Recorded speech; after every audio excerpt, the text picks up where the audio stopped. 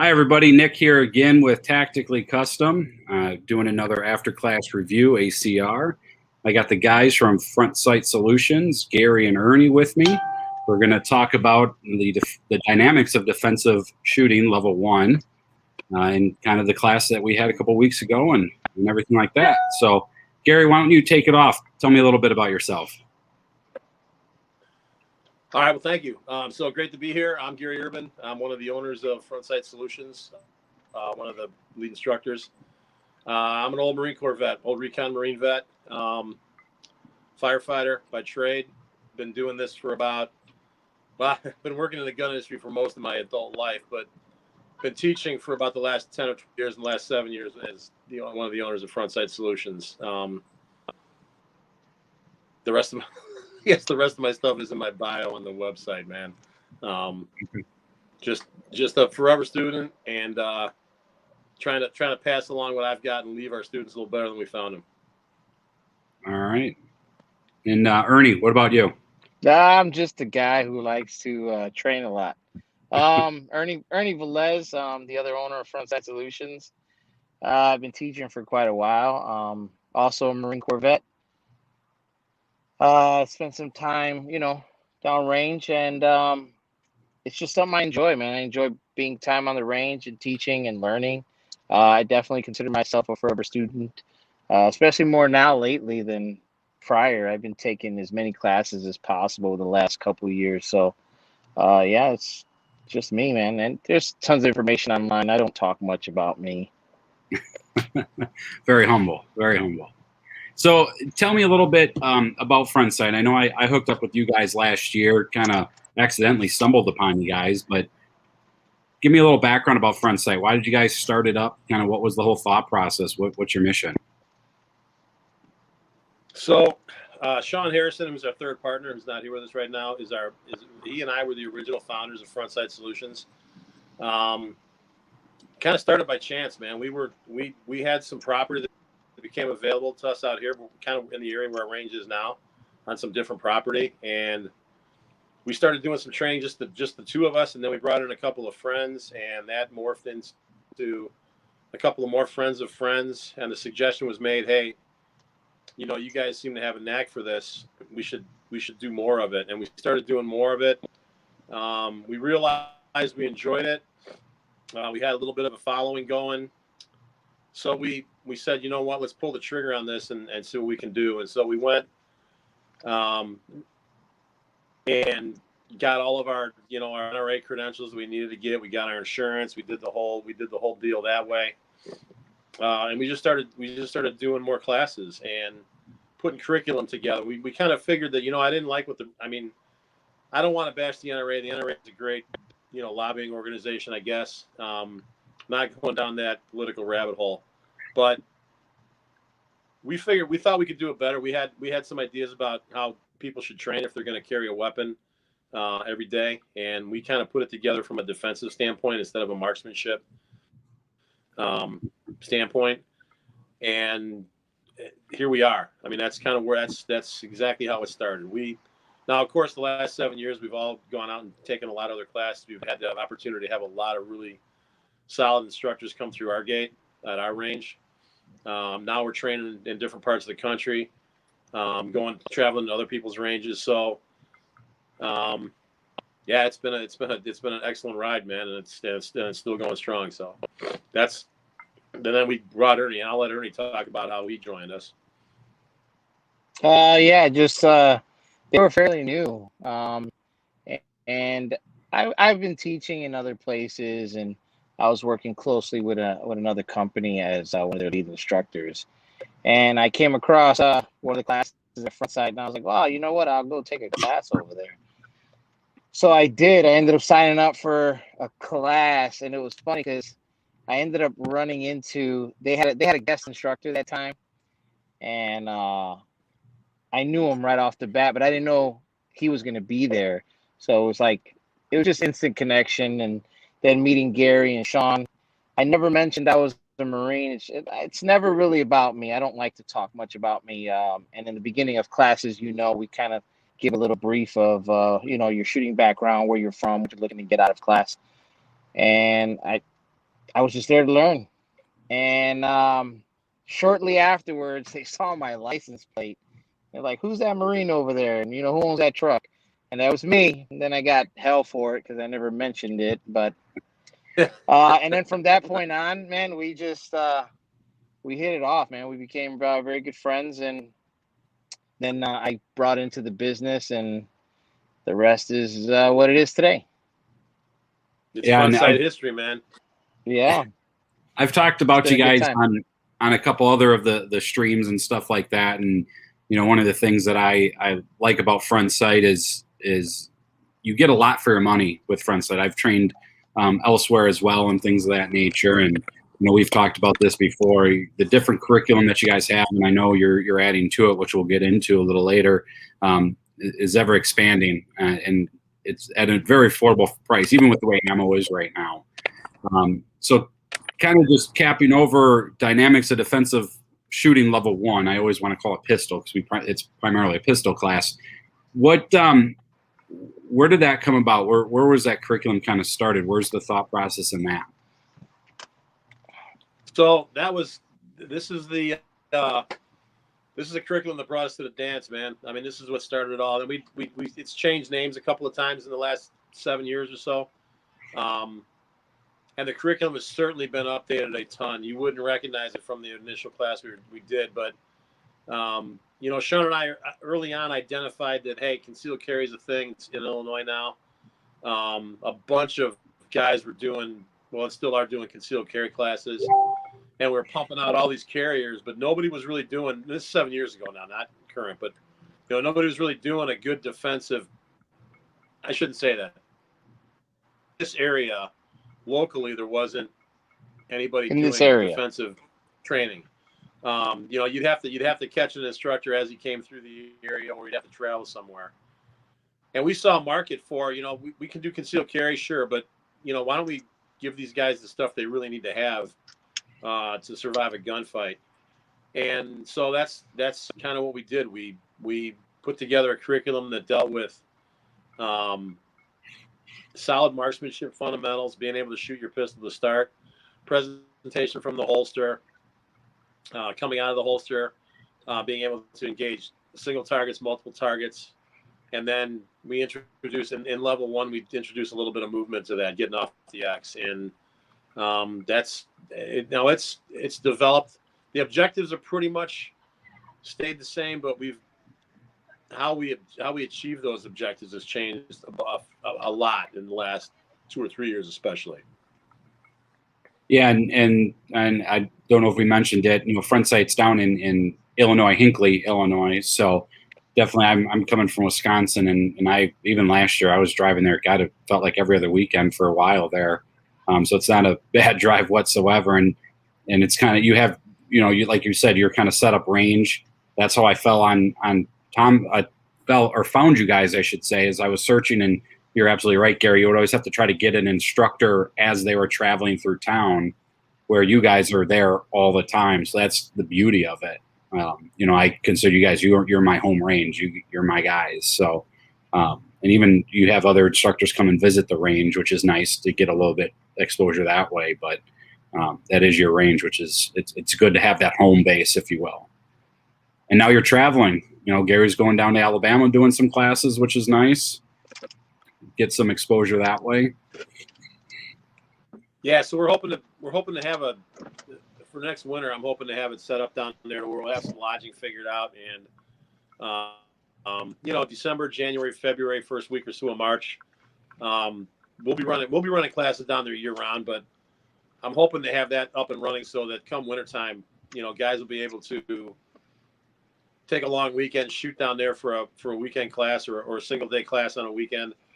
The ranges that there's 2 ranges down there we're hoping to use, the pig farm and then the range at the farm in Foley, and both of them are 45 minutes from the beach. I mean, it's literally you could rent a Airbnb kind of a place or a vacation rental place on the water or near the water and come to the range and train. Your wife can hang out. I'm really stoked about being down there. So we're hoping to train other places as well. I would really love to be able to go to some of these other really great facilities around the country and offer some of our programs up there. I know we get asked about it a lot, via the social media and emails and things like that about, hey, can you guys come down here? We can go anywhere we need to go. We just need to have a range there and people that want to train. Awesome. Now, for the people that are looking, and if anybody watching this live have any comments, and even after this show, I'll have all of Front Sight's information. Definitely reach out to Gary or Ernie. Great resource for information. But for somebody looking to come to this class, and Gary, I reached out to you at the beginning of this because a lot of we'll call it big name guys or the traveling guys, they always require a certain level of something in order to show up to their class, and always frustrated me. It's like, well, I need to get to that level. Then where the heck do I go? And that's, again, just searching, found you guys. What's kind of the basic skill level guy or girl need to come with to this class? Just basic weapon manipulation. There's certain thing that way. Kind of where does that fall? So that's kind of the beauty, and I'll let Ernie expound upon this a little bit too. But that's kind of the beauty of our level 1 dynamics curriculum, is that it's really designed for, if you can load and operate your pistol and you understand the operation of it, because we don't go into depth on that. But if you can load a magazine, you can load the weapon and get it up and running. That's it. You're good to go. Our level 1 is truly a level 1. It's designed to get you started down that path of defensive shooting. So, and that was by design. We identified early on that, hey, look, man, we need to have a program that gets shooters who know their pistol, but really have not done much holster work or any kind of other training other than standing at a static stall in an indoor range and poking holes in paper. So that's why we set it up the way we set it up. Ernie, what are your thoughts? That's exactly it. There's really no level. We pride ourselves in the basic fundamentals of marksmanship.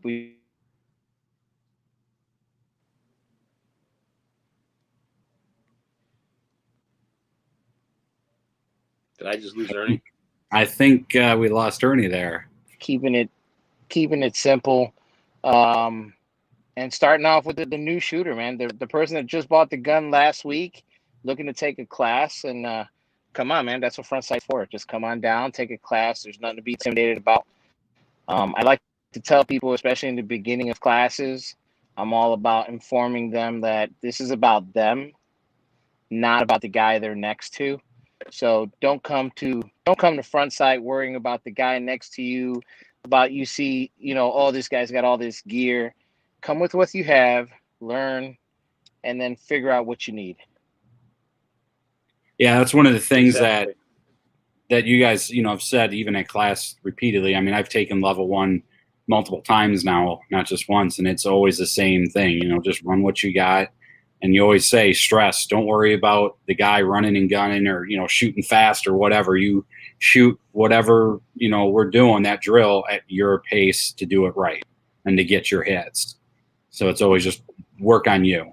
Yeah, it's all about right. Constant repetition, man. You get some good reps in, and that's where that's what we pride ourselves on is good solid reps, and then for especially on a pistol, you get it lately with the way the economy, the way things are going, gun sales are astronomical, but you'd be surprised how many people are buying a gun right now, and they don't even know what they're buying. They're just buying what the guy behind the counter told them to buy.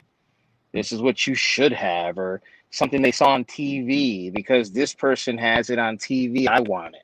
So it's kind of funny, man. It's kind of weird, to see that. So I definitely tell people like, hey, man, just come on out, run with what you got. And that is when you're going to figure out what you need. Yeah, and it's always changing.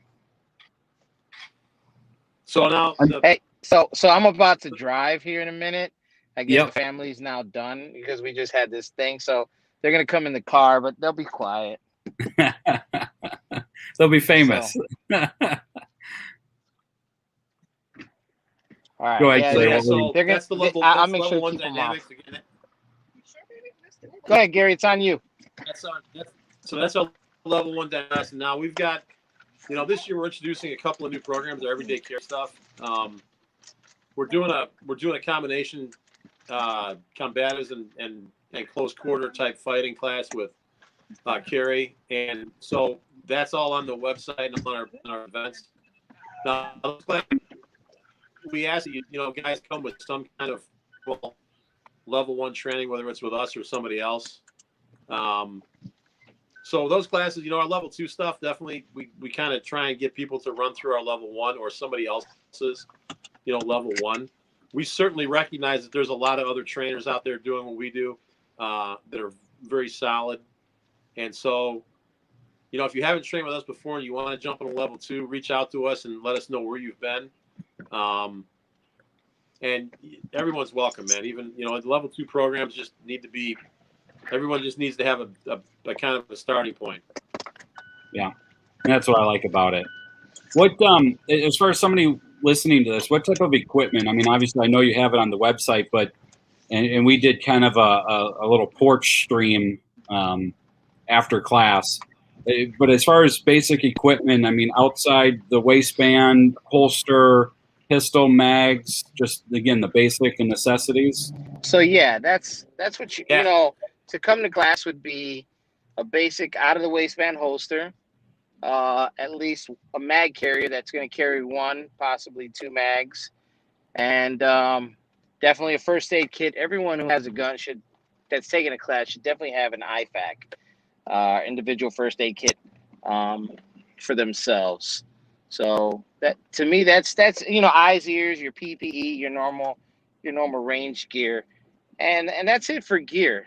I try and tell people, definitely don't go out there spending thousands of dollars on gear, and you come to class and realize it doesn't work. You'd be surprised how many people buy gear because YouTube told them to. They come to class and realize it's not what they need, it's not what they want, it doesn't work.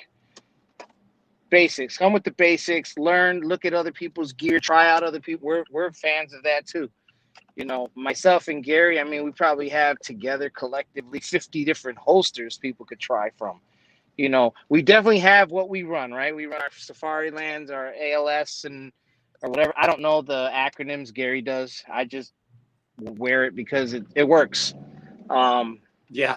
But it works, right? It's the best that there is out there at this time, and it definitely works for how we run our stuff. But I'm a fan of just come with what you got, something basic, and then learn what you need. Yeah, that was one of the things. As long as you've got a holster that this is all pretty much in the description of the course and on the website. But the reality is, you need to have a decent holster that covers the trigger guard, holds its shape when you pull the weapon out of it so it doesn't collapse, and it needs to be outside the waistband for level 1. And we like it for level 2 as well. Until we get to our everyday carry kind of stuff, we try and keep it outside the waistband because, this time of year and now through October, it's not the first part of October through September, it's not that much of a deal. But, in the collar months when we're talking about March, April, certainly any time in the wintertime, we're talking about October, November, into December. We start talking about clothing, sweatshirts, hoodies, jackets, Carhartts. Guys are wearing all this bulky clothing, and they're trying to run from an inside the waistband holster. Yeah, that's how you carry, and I understand that. I carry that way too. But we're doing lots of reps, man. We've got to get these guns in and out of the holster. We've got to do it safely. So we don't want to be fighting clothing with inside the waistband holsters in a level 1 program. So we like outside the waistband holsters. They're easier to manage. There's less likelihood of getting a windbreaker cord or something, piece of shot cord stuck in the trigger guard, and have some kind of an ND, in the holster. So that's why we like outside the waistband holsters for this class. Now you'll see. I mean, if you've been to enough classes, Nick, to know that once we've run our program once or twice, guys who are solid, you'll see guys running through our program second, third, fourth time with inside the waistband holsters because and when the weather's appropriate, because they know when to wear it. They're solid with it, and they've been through the program. So we don't make it to where you can't do it. We just ask that the first time you come through, you run outside the waistband, and let's get dialed in with that. So anyway, outside the waistband holster like Ernie said, the ability to carry a couple of magazines to the line for reloads, and then appropriate clothing for the weather, man. Sunscreen, bug fuck if you need it, hat, PPE, eye and ear, that kind of stuff. Yep. Yeah, it's fun, and that's again one of the reasons I keep preaching on some of these, why I'm doing these videos for people to see, because I was one of those. I had a buddy who was a Marine, and we're looking at doing it. He's like, "Oh, you got to get this belt, that, this, that," and all of a sudden, $700 later, I have all this equipment, and I don't even run half of it. It's just like not what I needed, and here we go. So I have my box, piled up, and that's all the crap. And that's funny because these classes are all designed for the everyday carry guy, so that he could be better prepared for, his everyday carry. And what it ends up being is convenience, right? So I just spent a couple of days on the range in the last week and a half with some guys going over my stuff, because I don't work enough for my appendix. I don't work enough for my carry position to be as proficient as I am for my duty rig. So I run a Safariland ALS holster with a duty brig and a drop, and it's nice because I've got a dump pouch. I've got all kinds of magazine carriers. It makes it real easy on the range for me as an instructor, but I get lazy then. You forget about working from concealment from that appendix carry front holster, and so yeah, we want to try and bridge the gap between what you actually kill and the real high speed stuff that's fun to run with on the range. Now, one of the things that you guys have even posted online and stuff like that, and what's on everybody's mind, obviously recording this, it's 2021 and good old COVID and ammo shortage and all the fun stuff, right? And, surprisingly, I was just looking at ammo and it's starting to come down. I just saw some Tula stuff for like $4.80 a case, and it's like, I'm like rushing to go. I just saw that too. Yeah, look at the global ordinance, man. They just had, we probably got the same email. I'm like, I got to buy like 10 cases right now. It's coming back and I missed it when it was $1.99 a case. Oh God, those days. Yeah, right. Yeah, I remember. But one of the things, $200 for brass ammo. Oh, that's nuts. Hopefully one day we'll be back there. But I didn't spend a lot more money on it. I don't know, man. But hindsight's 2020. Oh yeah. But hey, on that note, while we're on that topic, we were able to make a purchase, and we've got some steel case ammo. So if a student does have a problem getting ammo, we've got some. You can reach out to us. We'll give you the cost for what it is. We're not anybody. We're selling it for what we paid for it, man. We're not making anything on it because that's not our business. But we wanted to have some stuff so that students would be able to come out and train. Yeah, which is awesome. You have some ammo. And part of that too is I know you guys modified some of the round counts, and when I was at this class too, and even towards the end of last year when I was out there, if a drill calls for 5 rounds or what have you, you guys have always said, if you need to reduce it to run what you got. You're not here to break our bank with round counts. It's all about the skills and the reps and everything like that. So. That's one of the things I want to bring out right now is you guys have modified it a little bit. You could definitely get a couple good solid reps with less rounds. It's all about just them solid reps. So you're not spending as much money. Gary will tell you, man, I'm as frugal as they come when it comes to trying to save some money, man. I'm all about trying to save. I'm all about trying to save some money. So, and I think about the guy that's coming, right? I was that guy, I wanted that. What gear do I need? So I tell people to do exactly what I did. I came with a basic out of the waistband holster. I had a belt, and I can't even remember what magazine carrier it was. I think I bought it on Amazon. I had the ones from, I also have Marine Corps gear that I brought too. So it's like, if worst comes to worst, I'll go with what I trained with for the last 10 years, and that's what was on my belt, man. It wasn't like it was something spectacular. And today, you know, Nick, I'm still probably one of the only guys that on the range that has his gears as basic as they come. I'll spend money on weather gear because I need to stay warm. There, I'm spending money. You buy good weather gear so I can stay warm, stay dry, and enjoy my time. But when it comes to like the gun stuff, then I just started learning like, all right, go cheap first. And then eventually I started getting into the safari land and started getting into the gun belt and duty rig and just in the last class you and I just took recently, Nick, I was new to that whole rig. Like, it felt so new to me. Ernie's going in the shoot house with just a rifle, no pistol, and they're like, what if the rifle goes down? And Ernie's like, yeah. I'll get it. I was like, I'll get it back up and running. Yeah. Like, get it. Like, I get got it a what it pocket is. knife.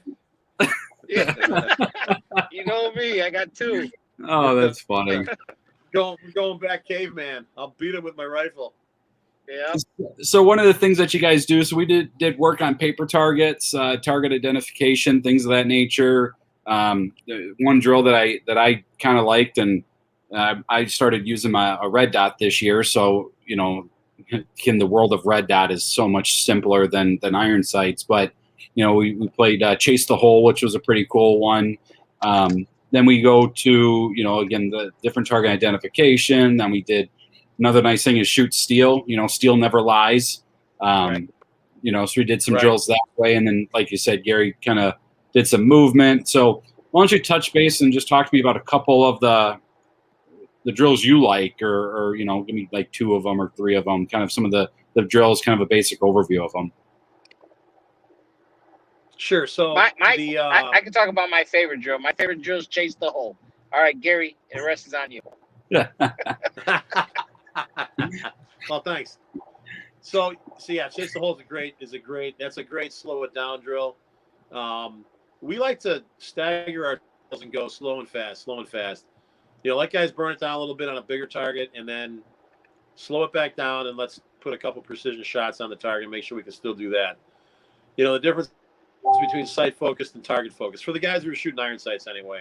Red dot guys are all shooting target focused, but we need to be able to identify that indexing shot or that target focus shot as opposed to a front sight focus shot, full sight picture shot versus a fast, flash sight picture, front sight only shot. And then a drill that we've been doing barrel drills for a long time. We've been using them for movement and for, something that obstructs your view and something that causes you to have to come off your sights to move around it. So it basically just obstacles, not really even use of cover, just obstacles. So I like the barrel drills, the serpentines or the figure eights. And then we started working with Fieldcraft Survival, Raul Martinez, and he uses the barrels in a little bit different way. I mean, same thing we're doing, but he added to it a break grip drill, where you touch the barrel and then reacquire your grip on the pistol while you're moving the barrels. And that has become one of my favorite drills now. It's it's you tap the top of the barrel, you reacquire your grip on the gun, take a shot, move through the barrel the other direction, tap the barrel, reacquire your grip on the gun. One of the biggest things we see in all our levels of pistol training is improper grip. Poor, not so much improper as just poor grip. The saying is that the first shot's easy. You can make the first shot without much of a grip at all. The first shot just needs a solid sight picture, sight alignment, and a good trigger press, and you'll make that first shot. But any follow-up shots that you want to do, and certainly if you want to do any follow-up shots with any speed at all, you need to have a solid grip. And grips fall apart immediately when we start shooting fast. And so we key on grip all day long. And that drill, breaking your grip and having to reacquire your grip while moving through a course of fire is huge. So that's my favorite drill. And drills aren't scenarios. We talk about this a lot. Drills are drills. Drills are designed to sequence together individual skill sets. They're not designed to replicate any kind of a scenario. And I think that students get lost on that. They're trying to figure out, well, what is this in the real world? When am I going to need to do this in the real world? And the answer is, you probably aren't. It's not designed to be a scenario. It's not tactical. We're not teaching tactics in these classes. We're not teaching scenario. we're stacking together, we're sequencing skill sets and seeing how things get put together. So that you go ahead. I was going to say, one of the things with one of the classes I was just at, that's kind of where that instructor was talking about too, is, learning different techniques and then skills. And then it goes into procedures and things like that for the tactics. It's the building blocks. And then with the different scorekeeping they do, it shows you where your weak points are to then go to a flat range or to go to classes like yours to hone in on those skills to become better. And again, they're just skills. They're not techniques. There's no way I'm going to be going out touching a cement barricade or a cement pole to reaffirm a grip before anything. That's just dumb. But again, it's just that the skills to reaffirm the grip. Make sure you keep feeling that tactile on your grip or whatever it may be to get that proper grip on there. That's really what it's doing. Right. That's exactly what it is. So, if you've got people talk about tactics all the time, tactical shooting, tactical this, tactical that. Tactics are nothing more than pulling tools out of a toolbox and applying those tools to the scenario. So you can't have much of a tactical base if you don't have the tools in the toolbox, right? So if we use the analogy of tools in the toolbox, and you're that homeowner that's got a hammer, a pair of clines, a channel locks, maybe a screwdriver in that toolbox, you're very limited on what you can do. When it comes time to fix the water heater or fix whatever, your abilities are limited because you don't have the right tools. And that's what skills are. Skills are tools. So the more skills you possess, the more things you can do with your platform, whether it's rifle or pistol, the more your tactics evolve, right? If I don't know how to enter a doorway and move into a room or into a space, if I can't snap my rifle up or my pistol up and engage a target quickly, if I can't move, then I can't do those things. All right, I don't have the tools. I don't have the skill set to do that stuff. I can't draw from that experience, from that skill set, to apply those tactics. So tactics come from skills. You can't do what you can't do. So. Yeah, that's what we do. We give you the skills and the tools to go out and apply them to your tactics. Ernie, I know you're driving, so I want you to concentrate. But tell me a little bit about Chase the Hole, and why is it your favorite? So, why is it my favorite? Because paper doesn't lie, man. It shows everything that you're doing. Your grip, your trigger press, your sights, sight alignment, sight picture. It definitely doesn't lie. So Chase the Hole, it's just you punch out, you shoot one round into a white piece of paper, and then you got to follow every shot right after that into that same hole. Should you miss that hole and spread it apart, well, then now that new hole becomes the hole that you're supposed to be chasing. And the goal is just basically supposed to be taking your time and having a nice tight group, taking your time, right? Breathing, grip, stance, and then just letting that trigger do what it does. You know what I'm saying? You're going to see a lot of things online that, slapping the trigger and this and that.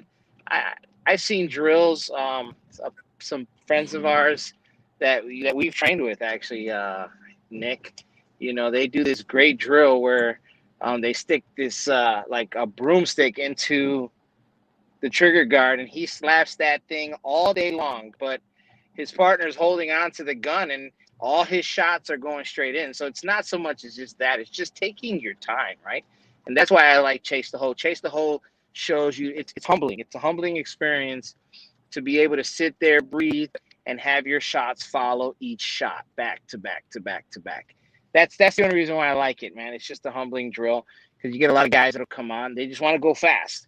They just want to make some noise. Ammo's expensive. And so chasing the hole is my way of doing all those fundamentals of incorporating everything, grip, stance, sight picture, sight alignment, making sure my sights are on, and chasing that hole. And then, picking on Gary or whoever else is out there instructing, who's better. That's definitely, it's always a macho man show. So, yeah, it's fun. That's who's why going it's to my demonstrate favorite drill, Chase the Hole today? Yeah, we Everybody definitely, puts step it we definitely have that discussion, man. Yeah. Beginning of class, it's like, okay, Chase the Hole's coming. Who's going to do that? It's like, are you squared away? Who you squared away? Who's squared away? And it's funny because we all end up doing it cold. And for the most part, man, it works. It works. Yeah. Yeah. Well, it was funny that That's this. the one thing We're definitely not afraid to demo. I was going to say that's this last class. We did Chase the Hole, and it was probably one of my better ones that I've done out there, and especially with the red dot. And again, like you said, Ernie, it was just taking your time. And there was one. I shot the first one. I shot the second one. This was probably the third rep, and I was down a little bit, down left a little bit. So obviously it was a trigger issue. And there's probably a good eighth. I mean, there's paper connecting the two holes, and I'm like, you know what? Fuck it, I'm gonna connect that shit. Let's see how I can do that. And I lined that up, and sure as shit, I connected. I'm like, yeah, that's a perfect circle. It's just the paper ripped that way. And the other one that I like too that you guys do out there is those. What is it, like 6 1-inch circles, 4 rows, or I'm sorry, no, there's boxes and then rectangles, right? And it's all about speed and precision, speed and fast. So you do 2 rounds in the rectangle, single shot, and there's rows of them to speed up, slow down, speed up, slow down. Oh, you're talking that drill we got from Gorilla Approach. Did you? Okay. So that's a Great fun drill. Yep, and and we do that with rifle too, and God, with rifle that offset, holy crap, that will screw you up every time. But with pistol, that was always a fun one, to kind of speed up and slow down and just get that ramping. We've done that with other targets, targets with the circles on the side, with the silhouette in the center, the failure drill or calling out numbers. That's another good one for speed and precision. So. Like I said, just a lot of different skills to put in place to pull from the toolbox. Exactly. So, and then all of that builds on all that's laying the groundwork for level 2, and whether it's ours or somebody else's. If you can present your weapon and place rounds on target accurately at whatever speed is your speed. I follow guys like Pat Mack and Clint Smith and some of the more older school guys because they're my generation, if you will. And I think Pat Mack has got a saying where he shoots as fast as he can hit 100% of the time. That doesn't mean that Pat doesn't push the envelope and miss sometimes, because to get faster, you're going to have to do that. But when he's shooting for real, he shoots as fast as he can hit. Is what he's saying, and I'm a big believer in that. I think we teach this. I know Ernie believes it. There's a time to shoot fast in practice and let the wheels come off the cart so that you can get faster. There's no doubt about that. And if anybody taught me that, it was Matt Little from Graybeard. Sometimes you just got to let it completely come apart so that you can kind of slow it back down a little bit. You know what it feels like to go fast then. And they need to figure out how to go fast and hit the targets. So, but when you're shooting when you really need to make it happen, you need to be able to produce accurate rounds on target. And that's how I like to shoot. I would much rather be a couple of tenths slower on the clock, but have my shots placed where they need to be. And that whole balance of speed and precision, man, is what it comes down to. Can what's the size of the target you have to hit? And can you put those rounds there when you need to put them there? And that's kind of like the qualifier that we have. That's what that's kind of all about is, do you know how to change the speed of your shooting? Can you go from shooting precision to shooting fast? And then can you go back again and make a slow shot? And everybody gets hung up on 2-inch circles, at 5 yards. Like, when am I going to have to shoot a 2-inch circle at 5 yards? And I want to tell these guys, look, man, don't think of that as a 2-inch circle at 5 yards. Think of that as a center mass shot at 25 yards. And we all know that at 25 yards, hopefully you've got other options than to take a shot, but not if that person is taking a shot at you. If you're actively engaged with somebody that's got a firearm and he's putting rounds towards you, and your only way to survive is to drop him, then that 2-inch circle at 5 yards is what a center mass target is going to look like at 25 yards or so. So can you make the shot? You know, and that's kind of what it is. Yeah, and just to kind of back it up for a moment and talk about the different skills, and I forgot to mention this. So kind of at the beginning, you guys do kind of a cold run to kind of see where we're all at, right, with our skill level. Because you always say, too, the class kind of, we're not leaving people behind. We all kind of get brought up together, if you will. So you guys do that Right. cold.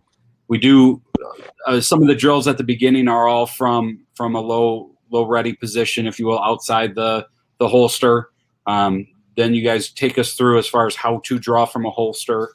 And then we start drawing from holster at that point. I would say, you know, a third of the way in, now we're drawing from holster. Again, just building up those skills and making sure everybody's squared away and being safe and all that fun stuff. And then at the end, like you said, we do the qualifier to kind of put all those skills into a technique, if you will, and what we're doing. Can we put all these skills together?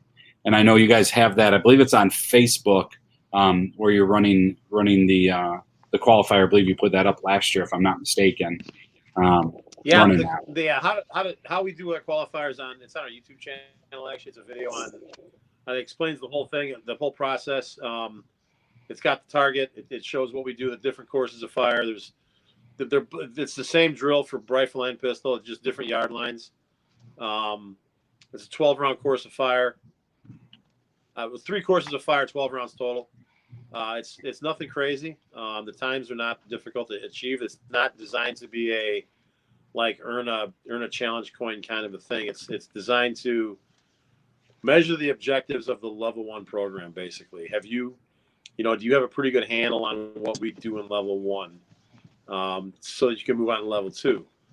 And we don't fail anybody. There's a pass and fail, but we don't not allow you to take level 2 necessarily. It kind of depends on, we're looking at a lot of things during that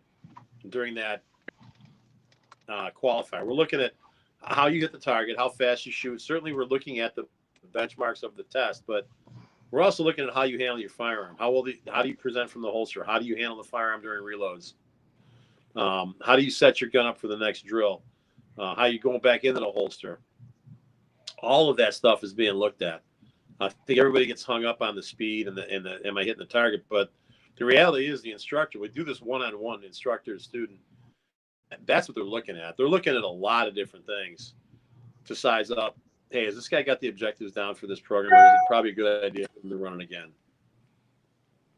Yeah. The point of taking a class, and it's like myself, right? So in every class I take, if I could take something from that class, there's a lot of times where people will go take a class, including ours, and at the end of the day, you're looking at them run their gun. It's like they didn't pay attention to anything you said. The whole entire 6 hours you were out there, 7 hours. It's like you see they didn't pick anything up, or they're not implementing anything to help them. And, it's kind of, it's saddening, right? It's like, man, you spent all this time, you spent this money. At least you should get something from it, and then you get a lot of students, at least that I've seen, that it's like they get that aha moment, right? It's like, wow, they didn't load their mag faster. They got something from that. Like, I didn't know how to load a magazine, or I didn't know how to do a reload, a 1x1 reload. And now they're more proficient in it. They were very nervous working their gun, and then all of a sudden, at the end of class, especially in a qualifier, they ran it. I mean, maybe the times weren't there, but the fact that they ran it, they troubleshot it, they knew how to fix whatever problem came about. They were on top of it, right? And they processed everything we taught them or that they learned. And it's like, wow, that's that moment that as an instructor, I look for, as well as when I go take a class. I'm always looking for that nugget. If you can walk away with one thing, I'm a fan of that. No matter where it is, it's something greater than what I came with. And that's what I look for in every class I take. And in the same token, I try and give that in every class that I give, that we teach. We're all about watching them learn. And then let me tell you, man, especially the guys that come back often. Like we get a lot of repeat customers, right? And I will admit, um, you see their progression. You see where they started to where they ended, and it's like, wow, that is, it's just amazing to see that. It's like, man, 2 years ago you were new to picking up a firearm.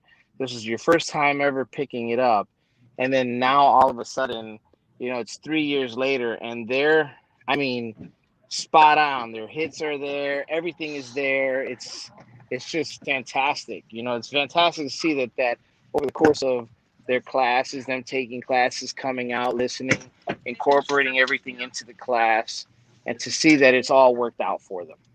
Yeah. Yeah, and that's one of the things that I definitely have noticed there between you two and all the AIs, Heath, Joel, you all care. You can see that in the class. You care about the progression of students. And, I've been in other classes where they don't quite care. They're just there to throw up the information, and it is what it is. Pay me my money and go home. Where you definitely, I feel at every class that I'm there, even though I've been there, for a little over a year now, it's still the same. You care where we're at and where we're going, which is awesome. So yeah, that's one thing we pride in. We've got a lot of students come through the gate. Gary's really good at that. Gary's our human resources. He definitely, we definitely care, man. We definitely do care. I'll be honest.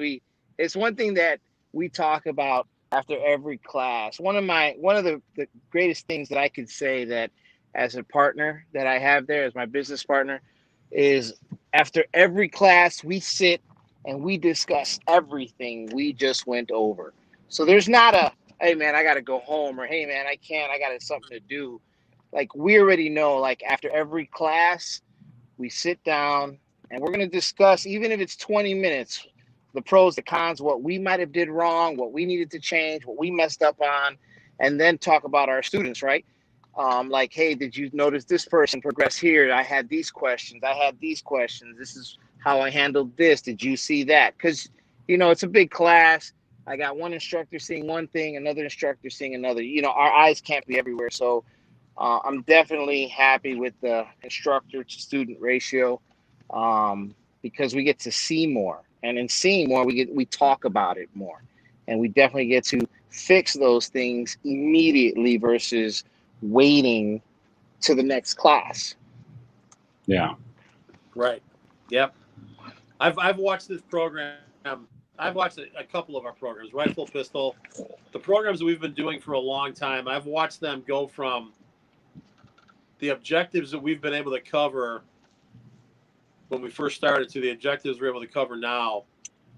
They haven't doubled, but we're able to go farther with the class now because we've perfected is not the right word. We've become more ergonomic with our instruction. We know how we can get people through the learning curve faster because we sit down after every class and we take notes.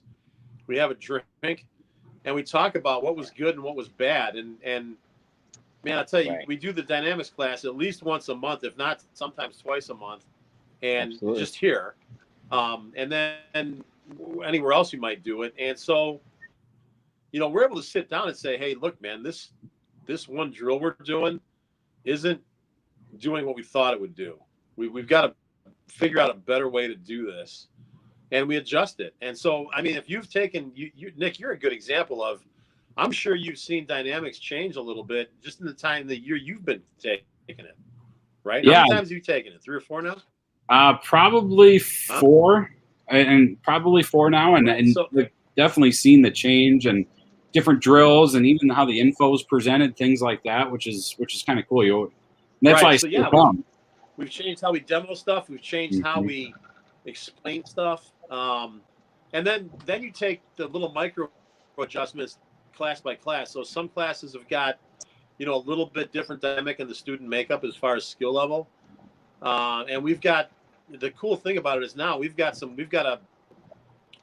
a number of different drills that we can draw from to achieve different objectives.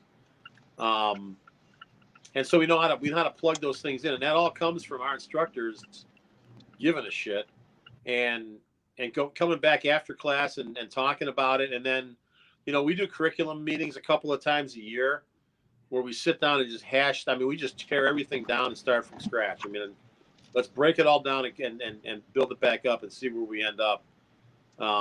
Because, and then we go to classes, Ernie and Joel and Heath have been going out with you and running with MDFI and out to Alliance and with Joe Wire and those guys at PracTac and just burning it down, man. And I already know that Ernie's got stuff coming back for the rifle curriculum that we're going to implement because, he learned something new that's Post cool engagement within our objectives. Saved my life. So that was something I did back in the Marine Corps, man. We did that. We used to close our dust covers and check that bolt too. We did a little bit different, but the same skill and kind of the same reason we did it. So it's kind of cool to be bringing that kind of stuff back. And, there'll be other things. I mean, sometimes it's little tiny things, man, that make a huge difference with new shooters. Yeah, and that's kind of the cool thing. Is just seeing that you guys, have changed, and that's one of the reasons why I still keep coming back because it is a little different. And then you pick up something a little different, and again, it's just honing skills. Everybody goes to the flat range, and what can you really do on the flat range? You really can't test or practice different skills even just because of the limitations of a flat range and what they'll allow you to do. But then just seeing each time I come, dynamics is just level 1 is just a little different. And then just knowing that you guys are constantly perfecting it and changing it or adding things, because you don't know what you don't know until you don't know it or until you know it type of thing. Right, so absolutely. You're always adding that, which is awesome and making it better. And then again, it goes down to that whole thing I said before, you guys truly care about this, one of the things I want to talk about as we're kind of getting towards the end here, I want to talk about kind of what people can look forward into level 2. But before we get there, do you guys want to bring up or talk about anything else that I might have missed about level 1? No, I think everything was covered. We've beaten level 1 pretty good. Yeah, right. It's what it is.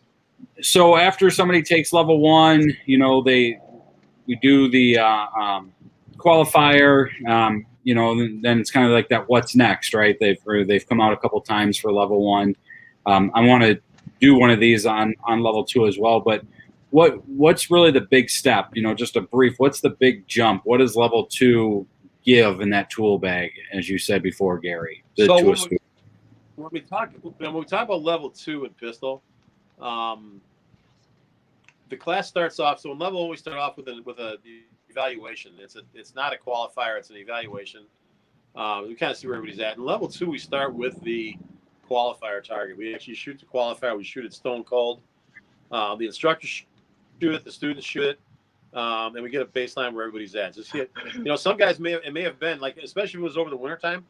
We get a student that's taken level 1 a couple of times, or even maybe just once in the fall, and now they're coming back to level 2, and it's March or April, maybe May. Shake the cobwebs off, man. Let's shoot this thing cold, see where we're at, and we start from there. But in level 2, what you can expect is you're gonna get some more movement than we do in level 1, and we kind of start with movement. After we do a good review of presentation from the holster, we make sure everybody's safe. We check everybody's kit, make sure is everybody coming out of their holster good. We got any clothing issues? Can everybody get to their mags well for reloads? Is everybody safe and dialed in for muzzle discipline and things like that? Then we start talking about movement, and what we really go into a lot in level 2 is that those compromised shooting positions. So kneeling, supine, roll over prone, getting up and down from the ground. And then, of course, movement. Movement while shooting, and then shooting. I'm sorry, movement, move and then shoot, and then shooting while moving is part of level 2, and that's a lot of fun. Everybody wants to do it. Everybody wants to go fast, and we get to watch everybody everything falls apart. About lunchtime, everybody's shit's completely falling apart. Their grip is gone because they're thinking about all this other stuff they're trying to do. And so then it's like, just like in level 1, we rein it all back and kind of slow it back down and go back over. Hey, look, man, this is what we need to work on. And then we go burn it down a little bit more. So it's, I don't know. Then right near the end, one of the last things we do is we do shooting from retention and that close quarter engagement, kind of getting them started down that, how do I fight with somebody that's right in my grill, Yeah. And then that sets them now we've got programs to go beyond that with our advanced considerations class and our combatives class that we're doing. Half day shooting, half day combatives, fighting for your gun, whether it's in the holster or out of the holster. And we're bringing in a black belt in jiu-jitsu for that. So that's where it's going. That level 2 kind of sets you up now for that. So we're stoked about that. But yeah, level 2 is the class everybody wants to do. And then obviously you guys have, both level 1, level 2 for rifle, and it kind of follows the same suit. Kind of the same thing, right? It's just a progression, man. Just building on what you've already learned. And those 2 classes kind of set you up for what I kind of consider our specialty classes, the vehicle program, the considerations class, things like that. Yeah, and that's what I was going to mention, the vehicle program. I did that last year, and I want to get into it this year again. That was a really good program. You guys do, ballistics on the vehicle, kind of show what different things do, and kind of that whole thing. You guys do all different workshops throughout the year, on the weekends and weekday type workshops. You guys have low light workshop or low light classes as well. Then you always have, holiday shoots, which is fun. Memorial Day's coming up. You guys have a Memorial Day thing. I know there's the Marine Corps birthday that you do that. I was there last year. That was awesome. I think you guys do something for Labor Day, if I'm not mistaken, or other longer weekend type stuff. But definitely a variety of things for everybody to do, which is awesome. Yeah, I think this year we might have to do some kind of a Sleepy Joe 4th of July barbecue / workshop, because apparently he doesn't want anybody getting together for 4th of July. And well, not to go all political, but hey, what the hell? We'll get it done. Maybe we'll have to see how many people we can get to the range on the 4th of July and just have a big bar, just have a big blowout. Yeah, we definitely need to do that. That'll work. We'll have a cutout of Sleepy Joe. Make sure he's there for us. Oh, that's funny. And of course, we'll be wearing masks. Yeah, most definitely. So, well, again, I appreciate it, guys. So I'll kind of start to wrap things up here. Like I've said multiple times on this stream and other podcasts or other shows I've done is, you guys are my home range, and I've talked about you guys to a lot of different of my buddies and everybody out there, and will continue to do so. Definitely people need to check you guys out. I mean, you get so much bang for the buck there.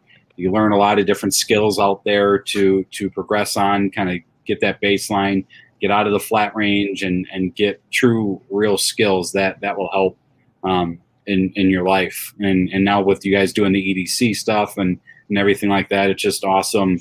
In the year and a half that I've been going to you guys, just to see the progression, I think is just phenomenal. So I appreciate that. Well, I'll be honest with you, Nick, we really appreciate you coming out. I mean, it's you drive a long way to come out there. It's appreciated. We've got a number of students now that are driving a ways to come out there. And that's why, I want everyone to understand that if you've got if you're a couple hours away and you've got a local sportsman's club or, a range or property where you would like to host a class, we can bring it to you all day. Yes, we can. Instead of having, you want to bring 5 or 6 of your friends from the club out, and everyone has to get a hotel for the night or something, we'll come out by you guys, and you guys can be on your home range. So, traveling is something that we do. We haven't done a lot of it, but we're doing more of it, and we certainly would like to travel some more. So if you've got a safe range somewhere that is willing to let us come out there and work with them, we'll bring our stuff to you. Yeah, that's awesome to know. And anybody out there, again, I'm in Wisconsin, so I'm always down. But like Gary said before, you're going to Alabama, so traveling's no big deal there. Right. So on that note, I'm going to toss it to you guys, or Gary or Ernie, whoever wants to do it. Kind of let people know where they can find you, reach out to you, all your social. This is your time to plug Front Sight. Gary, that's a Gary thing. I just want to say thanks a lot, Nick, for having us on. I apologize. I conflicted my calendar, my family calendar, and just celebrated 19 years married. And when the wifey's like, "Oh, you forgot, you got to take it," it's like, "Oh man." So, but thanks for dealing with me being in the car, man. I appreciate you. I'm gonna go ahead and let you go, Gary. Go ahead and Gary's awesome at what he's about to say. So I can't say anything better, man. All right, everybody, I'll talk to you later. Hey, likewise, Good brother. night. Love you too, man. I will. All right. So right now we've got numerous ways you can get a hold of us. We've got our website, frontsightsolutions.com, is always obviously a great way to find us and look at what we do. There's a lot of content there as far as pictures, videos, course descriptions. From there you can get to our registration page. So from there you can go to courses. Right now it currently will redirect you to our Facebook page, which is where all of our events are listed. We don't have our e-commerce quite nailed down, so that's how we register. When you get to the Facebook page, you click on the buy tickets, and that will take you to Eventbrite, which is our basically our registration platform. So it's pretty easy to do. It's a few different clicks, but it directs you all the way through it. So that's how you can register for a class. Certainly all the class descriptions are there, or most of the class descriptions are there. Facebook is also a great place to go. That's got all of our events there as well. Instagram, lots of content on Instagram. It's probably my favorite platform as far as social media goes. Email, all our contact stuff is on any of those platforms. So on Instagram, Front Sight Solutions, Facebook, Front Sight Solutions. In the bio is our website link. So our emails are there. My phone number's there. We are not hard to get a hold of. You can text me, phone call, email me, DM me on one of the social media platforms. I'm available 24/7, man. And if I can't get to you right away, I will get to you usually within 24 hours. If it's something more critical and you need a faster answer, then find my number's on my phone number's on the social media stuff. Give me a call or shoot me a text. I'm much more alert to that. I don't have any alerts set for any of my social media DMs. So if you shoot me a message on Facebook Messenger or something, I might not get that for a day or two. I might not notice it. So call me or text me, man. Shoot me an email. Yeah, and I'll just say that's how we roll. You are the guy that does all of the social media. I just found that out this last. I get so it's a team thing, man. I mean, Ernie and all of our staff do a really good job of getting content and getting stuff to me. I tend to be the centralized hub for getting it out there so that we stay. I'm afraid. I think that what I've learned, and I'm by no means a social media expert, man. I learn every day with it, but we try and keep it centralized so that one guy kind of knows what's going on. We don't end up getting wires crossed on stuff that we're putting up. Excuse me. Sure. Sorry. Bless you. Gotta sneeze. So I'm the guy. When you see posts going up on social media, 90% of the time it's me putting it up. Yeah, it just shocked me. I've always thought it was Ernie. And I'm like, oh, Gary's doing it. Wow. And you kick my butt. No, the old guy's doing it, man. The old guy's getting it done. Yeah. So, no, I appreciate it. And obviously, I always tag your classes on my Facebook and Instagram and stuff like that. So, again, all new gun owners, existing gun owners, I mean, this is definitely good information to get out there. I mean, obviously, if I lied and said it wasn't fun and a great time to do some of this stuff and move fast and shoot fast, I'll be lying. I mean, it's definitely a great time. And, that's how I first got into this, is I wanted to run and gun and go fast, and come into your guys' class and other classes that showed me what I was inefficient at and not proficient. So it showed me what I needed to work on and kind of go down the path I am right now. So it's all because of you guys that got me where I am today. So I appreciate every minute you guys have given me in teaching. So well, we appreciate you. You're kind of like one of our, our poster children, man. You've come a long way with us, and I mean, you were a pretty good shooter when you came, if I remember correctly. But I'll screw up. I'll screw it up once in a while. Don't worry. I'll screw it up. We've got a number of people like you, man. I mean, I've got Eddie and Susie that still come back. I mean, once they get back in the country, they've been with us for like 4 years now, 3 years, and they keep coming back. So I'll tell you, if you want to be humble, you got to shoot next to Susie, a little petite woman, full size SIG. Run your ass to the ground. Yep, she will burn it down right next to you and not care, man. Well, I'm like, I look at that SIG, I'm like, God, I couldn't even handle that thing. How is she using it? So, I mean, she runs that. And that's what they say, run what you got, right? And then even with rifles, they're out there with their AKs burning it down. And they got those reloads and everything. They rock it. So, well, Gary, again, I appreciate all the time that you've given me tonight. And Ernie had to leave a little early, but thank you guys.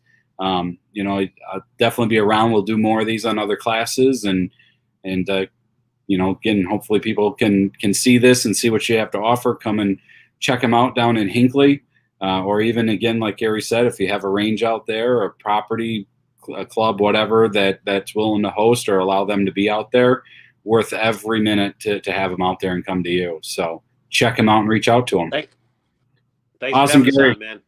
Thanks. Have a great evening. I appreciate it. Good night, brother.